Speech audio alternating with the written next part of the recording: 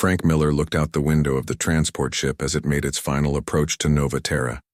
The blue-green planet grew larger by the second, its swirling clouds and vast oceans reminding him of Earth, yet different in subtle ways that made his stomach tighten with both excitement and fear. "Daddy, can I see?" 8-year-old Lily tugged at his sleeve, her thin fingers gripping the fabric of his standard-issue colonist jumpsuit. Frank lifted his daughter carefully, mindful of the tubes connected to the small medical device attached to her waist. Lily's eyes widened as she pressed her face against the thick glass. "It looks like the pictures in my books," she whispered, her breath fogging the window.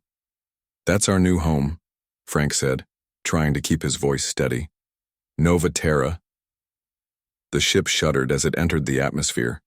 A flight attendant moved through the cabin, checking that all passengers were secure for landing. She paused at their row, her eyes softening when she saw Lily. "Make sure her medical harness is locked into the seat anchors," she reminded Frank gently.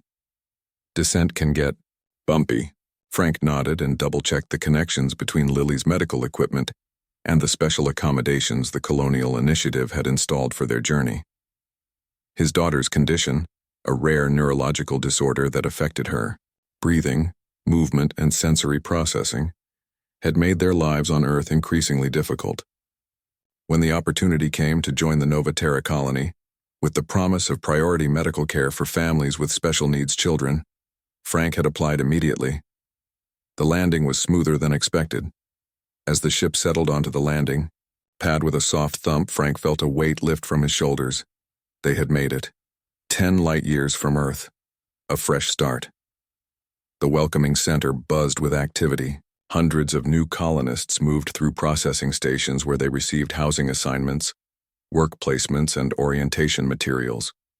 Frank kept Lily close, worried about the effect of the noise and crowd on her sensitive system. "Miller, family?" A woman in a white medical uniform approached them, tablet in hand. "I'm Dr. Carol Wendy, head of Special Needs Integration. You must be Frank and Lily." Frank shook her hand, relief washing over him. "Yes, thank you for meeting us personally." "Doctor," Wendy knelt to Lily's level. "Hello, Lily. I've heard a lot about you. We have a special place ready for you and your dad."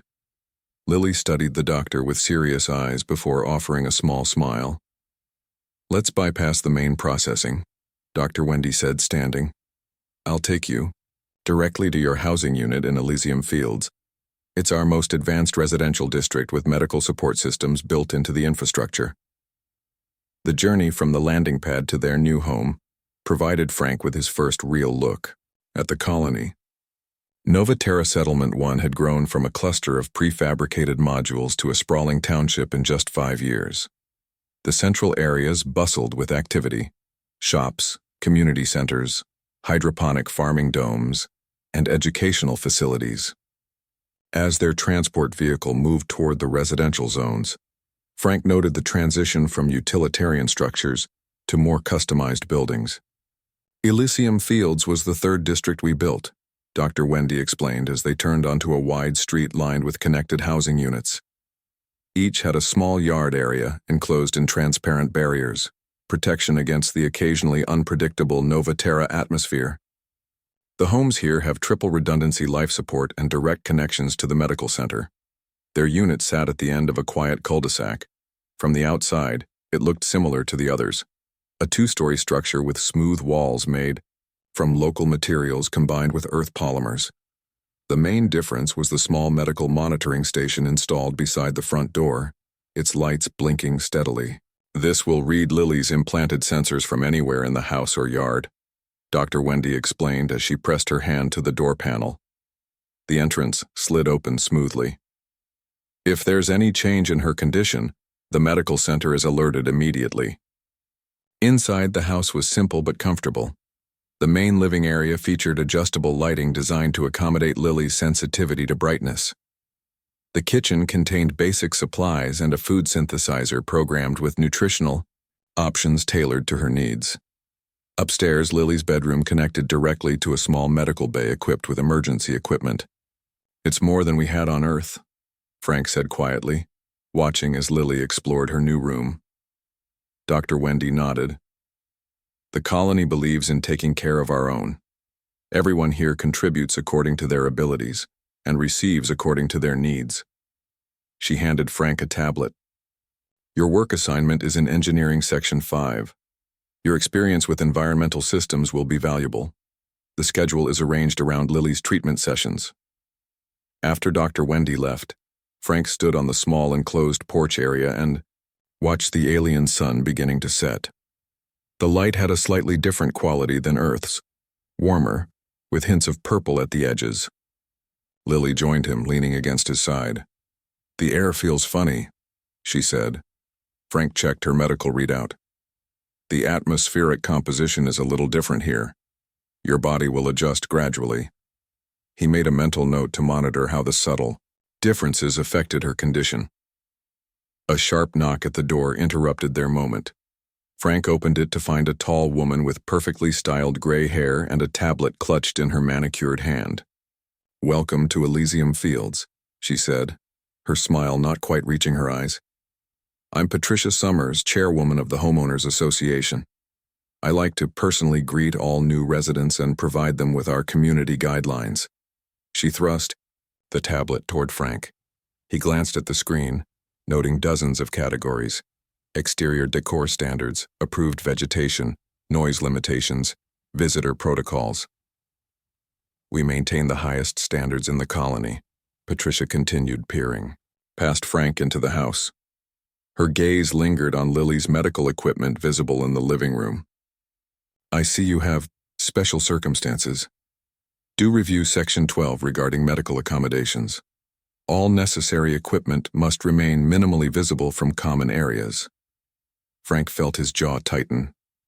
My daughter's needs are important, of course. Patricia cut in smoothly. As are the aesthetic standards that maintain our property values and community harmony. The HOA meeting is Thursday at 1900 hours. Attendance is mandatory for new residents. With that, she turned and walked briskly toward the next house. Frank closed the door slowly, a familiar tension building in his shoulders. He had traveled 10 light years across space, only to find that some things never changed. Who was that lady? Lily asked, looking up at him. Frank sighed. Someone who thinks rules are more important than people, sweetheart. Lily considered this, then said with the simple wisdom of children, that doesn't make sense on a new planet. Don't we need to make new rules? Frank smiled and ruffled her hair gently. Out of the mouths of babes, he murmured. You're right. Maybe that's exactly what we need to do. 2 weeks passed since Frank and Lily arrived on Nova Terra.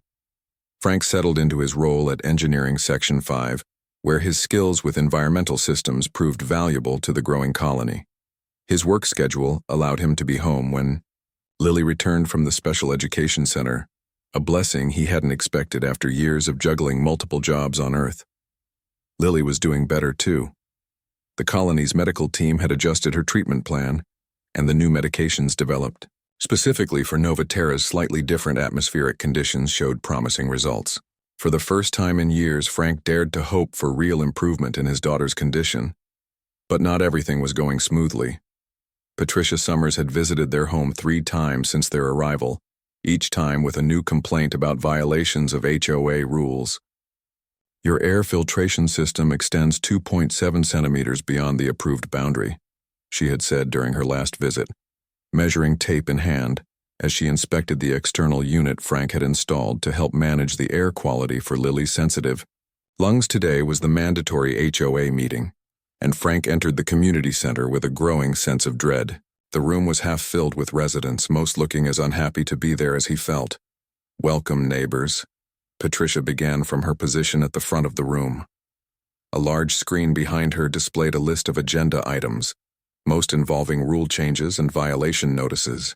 We have several important matters to discuss tonight, including our ongoing beautification project and the increasing problem of unapproved modifications to housing units. Frank noticed Patricia's gaze land pointedly on him when she mentioned unapproved modifications. He shifted uncomfortably in his seat. The meeting dragged on for nearly 2 hours. Frank listened as Patricia and her committee members discussed everything from the color of door panels to the placement of recycling units. When they finally reached the topic of external housing modifications, Frank sat up straighter. Item 17, Patricia announced. Medical accommodation requests. She displayed a chart showing several housing units highlighted in red. We have seen an increase in residents claiming medical necessity for non-standard additions to their units. While the Colonial Charter does provide for such accommodations, the HOA has the right to ensure these modifications meet aesthetic guidelines. Middle-aged man with thin glasses raised his hand. My wife needs the expanded oxygen recycler. It's not just for comfort, it's for her survival. Patricia smiled thinly. Yes, Mr. Clark, and we've approved your request, with the condition that the unit be painted to match your housing exterior and moved to the less visible north side. But the doctor said it needs to be where it is now to work properly, Mr. Clark protested. I'm sure the medical team can find a workaround, Patricia replied dismissively. Moving on to Unit 47, Miller Residence. Frank felt all eyes turn to him. On the screen appeared images of his home, with red circles highlighting the various modifications he had made for Lily. Mr. Miller has installed several non-standard items, an external atmospheric circulation unit on the front porch, modified lighting in the yard area, and sensor equipment visible from the street. Patricia's voice carried a note of disapproval. While these were installed with medical authorization, they do not comply with sections 3.2, 7.4, and 12.1 of our community guidelines. Frank stood up. Those modifications are essential for my daughter's condition. The fan on the porch creates specific air current patterns that help with her sensory processing. The lighting is designed to reduce neurological triggers, and the sensors monitor her vital signs when she's outside. Patricia tapped her tablet. The committee understands these are for medical purposes, Mr. Miller. However, we propose the following accommodations. The fan must be moved to the rear of the unit, the lighting must be changed to our approved spectrum, and the sensors must be concealed behind approved decorative covers. Moving the fan won't work, Frank explained, trying to keep his voice calm. The air currents won't flow correctly in the rear area. It's too enclosed, and changing the light spectrum would defeat the entire purpose. As for covering the sensors, any covering could interfere with their accuracy. A woman in the back row spoke up. I'm Samantha Price. I live next door to the Millers.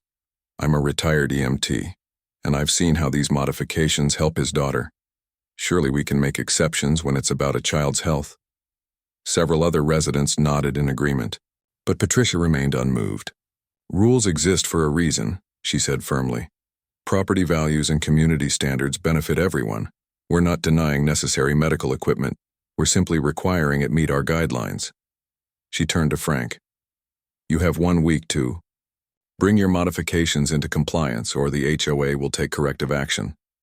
The meeting adjourned shortly after, and Frank walked home feeling defeated. Inside, he found Lily sitting with her evening caretaker, Beth, who came 3 times a week to allow Frank to attend work meetings and HOA gatherings. How did it go? Beth asked, seeing his expression. Not great, Frank admitted. The HOA wants me to move or modify all of Lily's outdoor equipment. Beth frowned. That's ridiculous. Dr. Wendy specifically designed that setup for Lily's needs. I know. I'll talk to the medical team tomorrow, see if they can help.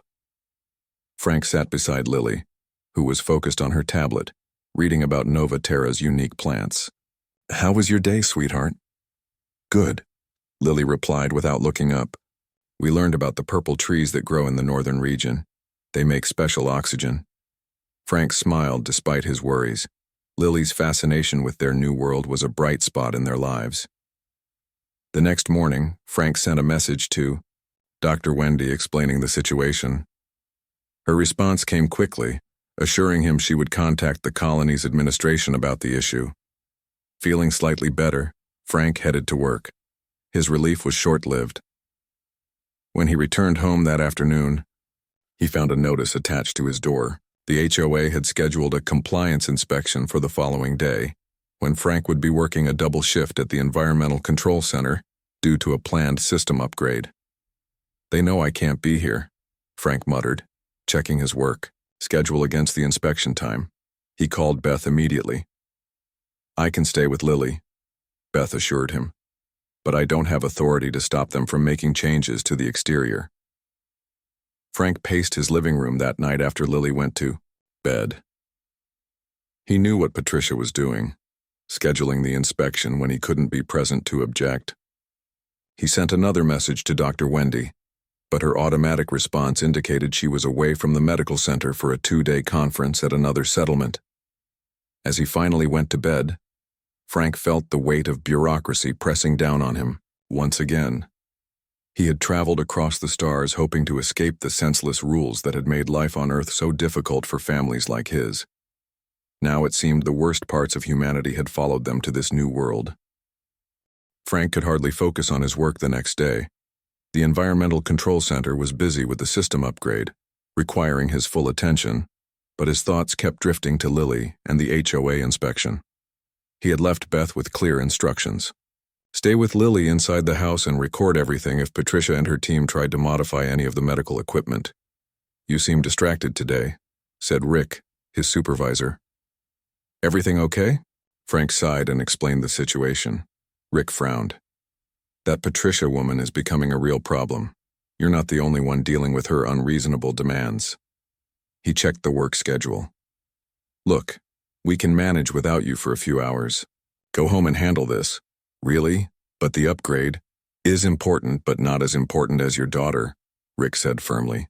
"That's the difference between Earth and Nova Terra. At least it's supposed to be. Go." Frank thanked him and hurried out, taking the fastest transport back to Elysium Fields. As he approached his street, he saw a small crowd gathered near his house. His heart raced as he pushed through the neighbors. What he saw made his blood run cold. Patricia stood on his porch with 2 maintenance workers who were in the process of removing the atmospheric circulation fan. Lily was outside too, sitting in her special chair, clearly in distress as Beth argued with Patricia. "Stop!" Frank shouted as he ran up the path. "What do you think you're doing?" Patricia turned, her expression a mixture of surprise and annoyance. "Mr. Miller, you weren't scheduled to be present during this compliance action. We're simply bringing your unapproved modifications into accordance with HOA regulations." "That fan is medically necessary equipment," Frank said, trying to keep his voice steady as he moved to Lily's side. His daughter was breathing rapidly, her hands flapping in agitation, signs of sensory overload. "Can't you see she's distressed? The disruption to her routine and the removal of equipment she relies on is harmful to her." "I explained all that," Beth added. "She wouldn't listen. She used her override codes to access the yard while Lily was having her outdoor therapy session."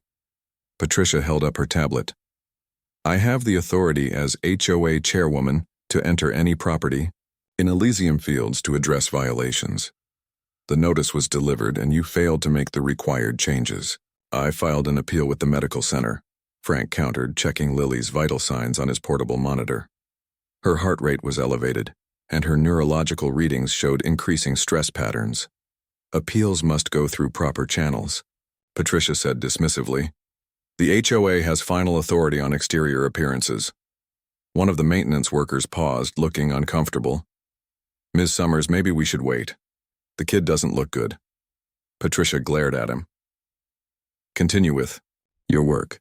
The fan will be reinstalled in the approved location at the rear of the unit." "No," Lily suddenly cried out, her voice strained. "Need my fan. It helps me breathe." She tried to stand, stumbling toward the partially dismantled fan. "Lily, wait," Frank started, but Patricia moved between Lily and the equipment. "Young lady, this is adult business," Patricia said sternly, reaching for Lily's arm to guide her away from the workers. Frank knew immediately this was a terrible mistake. Lily had severe tactile sensitivity, and unexpected touching during a stress episode could trigger a panic response. "Don't touch her," he shouted, but it was too late. Lily jerked away from Patricia's hand with a cry of distress, losing her balance. As she fell backward, her breathing tube caught on the partially disassembled fan structure. In a horrifying moment, the tube wrapped around one of the exposed brackets, pulling tight against Lily's throat as her weight fell away. Frank lunged forward, but the maintenance worker was closer. He dropped his tools and caught Lily before she hit the ground, but the damage was done. The tube had tightened like a noose, cutting off her air supply. Lily's eyes widened in panic as she clutched at her throat. "Help her!" Frank screamed, frozen in terror. From next door, Samantha Price came running. "Move!" she shouted, pushing past Patricia. With practiced hands, she gently supported Lily's weight to relieve the pressure on her throat while carefully unwrapping the tube from the fan bracket. Lily collapsed into Samantha's arms, gasping for breath. The retired EMT quickly checked her vitals and breathing passages. "She's okay," Samantha announced after a tense moment. Scared and stressed, but breathing normally now. Frank gathered his daughter into his arms, tears streaming down his face. "I've got you, sweetheart. You're safe now." The maintenance workers had backed away, looking horrified. Several neighbors had recorded the entire incident on their devices. Patricia stood rigid, her face pale. "This is your fault," Frank said, his voice shaking with rage as he looked at Patricia. "Your obsession with rules and appearances nearly killed my daughter. I never intended." Patricia began, but was cut off by the sound of a colony security vehicle pulling up to the house. 2 security officers stepped out, followed by Dr. Wendy, whose conference must have ended early. "We received multiple emergency alerts," the lead officer said, taking in the scene. His gaze moved from Lily and Frank's arms to the dismantled fan and then to Patricia. "What happened here?" Before Frank could explain, several neighbors stepped forward, offering their recordings of the incident. The officer watched one of the videos, his expression darkening. "Patricia Summers," he said formally, "you are being detained under Colony. Safety Code 27, endangerment of a minor and interference with medical equipment." "This is absurd," Patricia protested.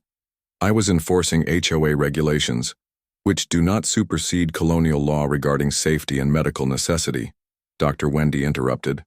"I personally approved all of these modifications for Lily's care. The documentation was filed with both your office and Colony administration." The second officer took Patricia by the arm. "You'll need to come with us while this incident is investigated. Colony Administrator Howard will want to review this case immediately." As Patricia was led to the security vehicle, the gathered neighbors began to talk among themselves.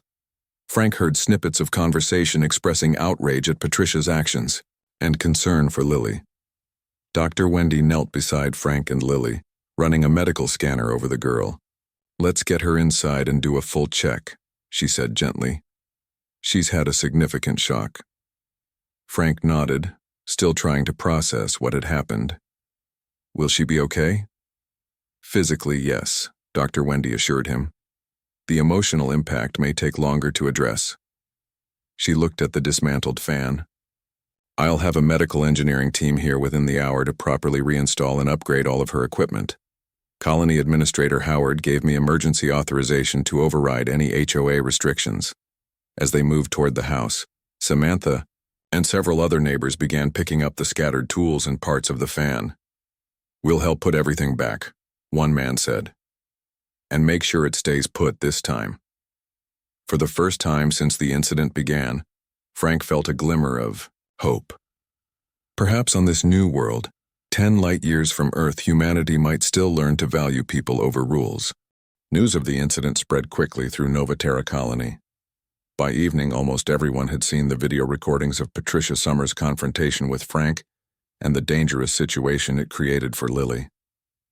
The colony's communication network buzzed with discussions about HOA overreach and the rights of residents with medical needs.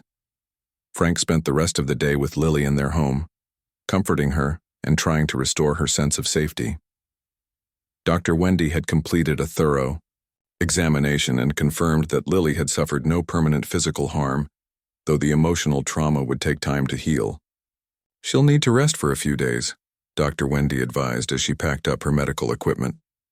"I've arranged for her to be excused from the education center this week, and I'm assigning a counselor to help her process what happened." Frank nodded, gratefully. "What about Patricia? What will happen to her?" "She's still being held at the administration center. Colony Administrator Howard is reviewing the case personally." Dr. Wendy's expression was serious.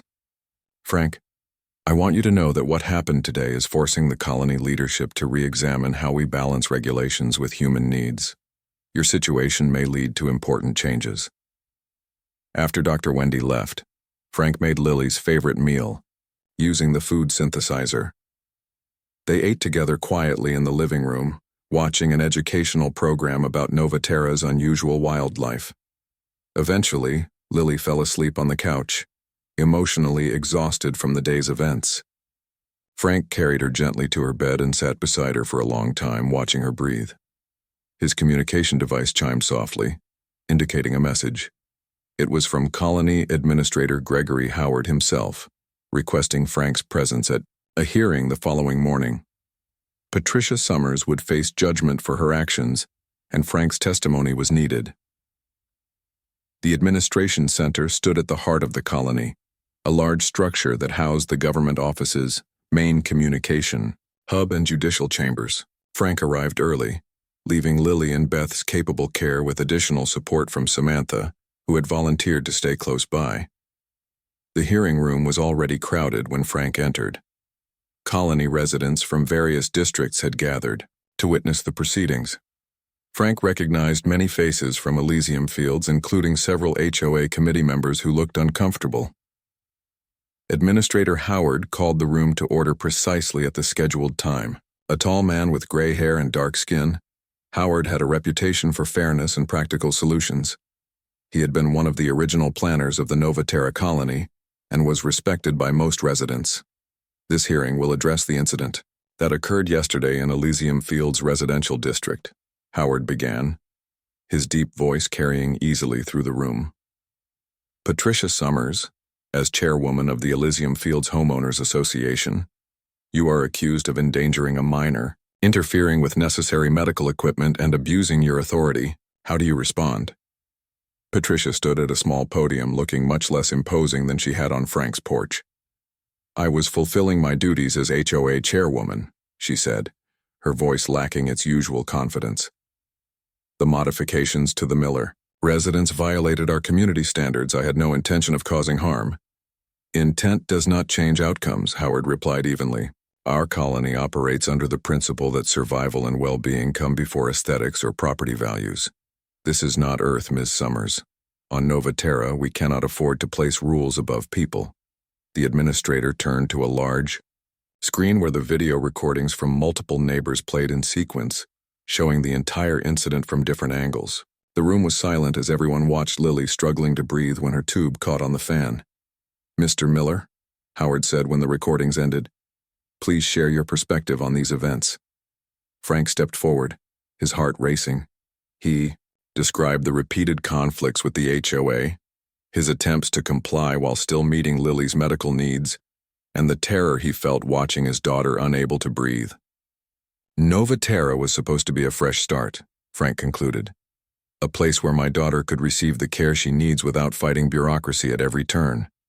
Instead, Ms. Summers brought the worst aspects of Earth society with her across 10 light-years of space. Howard nodded thoughtfully. Dr. Wendy, please explain the medical necessity of the modifications to the Miller residence. Dr. Wendy took Frank's place at the podium. She detailed Lily's condition and the specific requirements for her care, including the importance of the atmospheric circulation fan and its precise placement. All of these modifications were documented and approved through proper medical channels, she stated firmly. The HOA received these approvals but chose to ignore them.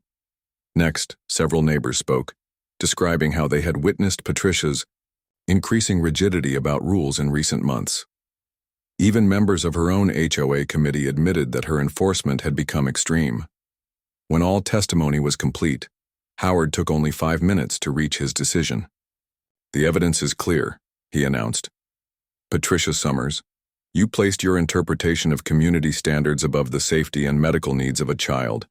This violates the core principles of our colony charter. He looked directly at Patricia. You are removed from your position as HOA chairwoman, effective immediately. Additionally, you will be reassigned from your current role in administration to serve 6 months in the agricultural sector, where you will work alongside the food production teams. This will provide you with perspective on what truly matters. for our survival and prosperity on this new world. Howard turned to address the entire room. Furthermore, I am implementing Emergency Colony Order 47, which places all homeowners associations under direct colonial administration review. Medical necessities will automatically override aesthetic concerns. A new framework for community governance will be developed with input from residents across all districts, with priority given to safety, inclusion, and practical needs. The room erupted in discussion. Many residents nodded in approval, while a few of Patricia's supporters looked dismayed. Patricia herself stood silently, her face pale but composed. As the hearing concluded, people began to leave the chamber.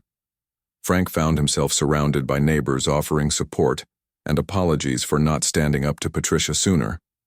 "We should have said something weeks ago," one woman told him. "But we were all afraid of being her next target." Frank understood their hesitation. On Earth, he too had often remained silent in the face of unreasonable authority. As he prepared to leave, Administrator Howard approached him. "Mr. Miller, I want to personally apologize for what your family experienced. Nova Terra was founded as a place where humanity could start fresh, leaving behind the rigid thinking that limited us on Earth. Sometimes we need a reminder of that vision." Frank nodded. "Thank you for taking quick action." "How is your daughter?" Howard asked. "Shaken but recovering," Frank replied. "She's stronger than she looks." Howard smiled. "Perhaps that's the lesson here. On this frontier world, we all need to be stronger than we look, not just physically, but in standing up for what's right." He placed a hand on Frank's shoulder. "Your courage in protecting your daughter may have helped our entire colony remember what we came here to build." As Frank left the administration center, he felt a weight lifting from his shoulders. For the first time since arriving on Nova Terra, he truly believed they had found a home where Lily could thrive.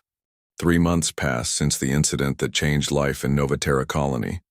Spring arrived in their region, bringing new colors to the alien landscape as native plants bloomed in shades of purple and blue.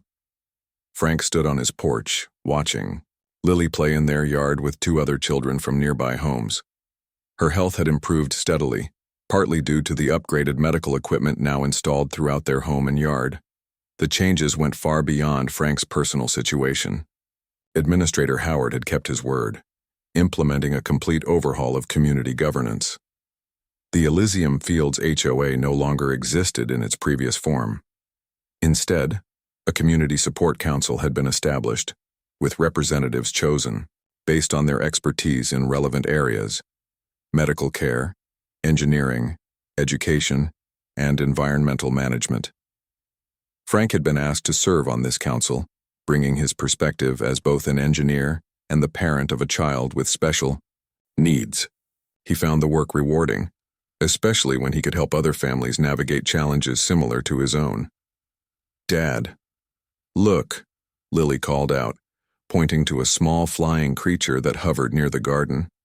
It resembled a dragonfly but glowed with a soft blue light. Such sightings had become more common as the colonial botanists introduced more native plants to the residential areas, creating a better balance with the local ecosystem.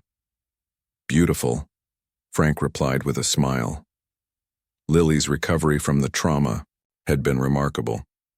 The incident had left her with lingering anxiety about strangers, but her therapist had helped her develop coping strategies.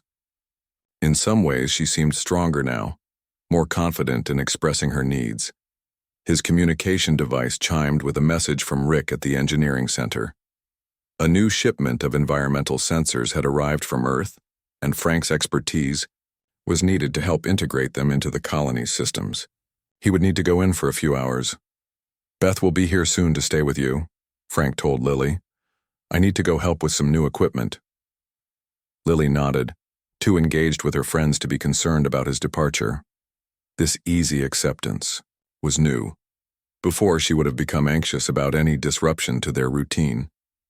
Frank took it as another sign of her growing resilience. As he walked toward the transport station, Frank passed by the agricultural domes where Patricia Summers now worked. Through the transparent walls, he could see people tending to rows of plants and monitoring the irrigation systems. He sometimes glimpsed Patricia there, learning to care for the crops that fed the colony. Frank hadn't spoken directly with Patricia since the hearing. He had heard from others that she was quietly fulfilling her reassignment duties. Some said the experience had changed her, though Frank wasn't sure if he was ready to believe that yet.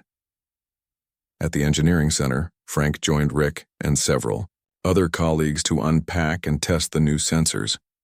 As they worked, Rick mentioned a new directive from colony administration. Howard wants us to focus more resources on adapting Earth technology to local conditions, Rick explained. Instead of trying to force Nova Terra to match our old equipment, we'll be designing new systems that work better with what's already here. That makes sense, Frank agreed. Fighting the natural environment takes more energy than working with it. Just like fighting natural human needs takes more energy than accommodating them, Rick replied with a meaningful look. I think the whole colony is finally learning that lesson. After finishing his work, Frank took a different route home, one that passed by the colony's main communication hub. People gathered there daily to receive messages from Earth, which still took nearly a month to travel the vast distance between the planets. Today, a larger crowd than usual had assembled. What's happening? Frank asked a woman standing nearby. News from the Earth Colonial Administration, she explained. They've reviewed Administrator Howard's reports about our governance, changes including the incident with your daughter. She looked at Frank with recognition. Oh, you're Miller, aren't you? The father? Frank nodded, slightly uncomfortable with his newfound fame. Well, you'll want to hear this, she continued. The ECA has decided to implement similar medical priority protocols in all new colonial ventures. They're calling it the Nova Terra model. Your experience is changing how humanity approaches space colonization. Frank was stunned. He had never imagined their local conflict would have such far-reaching effects. When he arrived home, Frank found an unexpected visitor waiting with Beth and Lily. Administrator Howard stood in their living room, examining the recently upgraded air circulation system with apparent interest. Mr. Miller, Howard greeted him warmly. I hope you don't mind my dropping by. I wanted to see these adaptations firsthand. Our engineering team is considering similar designs for other residents with special needs. Of course I don't mind, Frank replied, though he was surprised by the visit. Lily, have you been showing Administrator Howard your equipment? Lily nodded enthusiastically. I told him how the new fan makes patterns in the air that help me feel calm, and how the lights change color when I need them to. Howard smiled at her. She's quite the expert, better at explaining it than some of our engineers. He turned to Frank. I also came to share some news. The agricultural supervisor reports that Patricia Summers has requested to extend her assignment there. Apparently she's discovered an aptitude for botany that no one suspected. That's surprising, Frank admitted. People can change when their environment supports it, Howard observed, which brings me to my other reason for visiting. We're establishing a new program to better integrate children with special needs into colony life. Rather than expecting them to adapt to our standard systems, we'll be adapting our systems to meet their needs. We'd like Lily to be part of the pilot group, and we hope you'll serve as an advisor. Frank looked at his daughter, who was showing Beth a drawing she'd made of Nova Terra's unusual moon. We'd be honored, he said. After Howard left, Frank and Lily had dinner together on their porch, watching as Nova Terra's sun set in a spectacular display of orange and purple. The air was filled with the sweet scent of alien flowers that only opened at dusk. Dad? Lily said thoughtfully. Do you think Miss Summers is sorry for what she did? Frank considered his answer carefully. I think she's learning, sweetheart.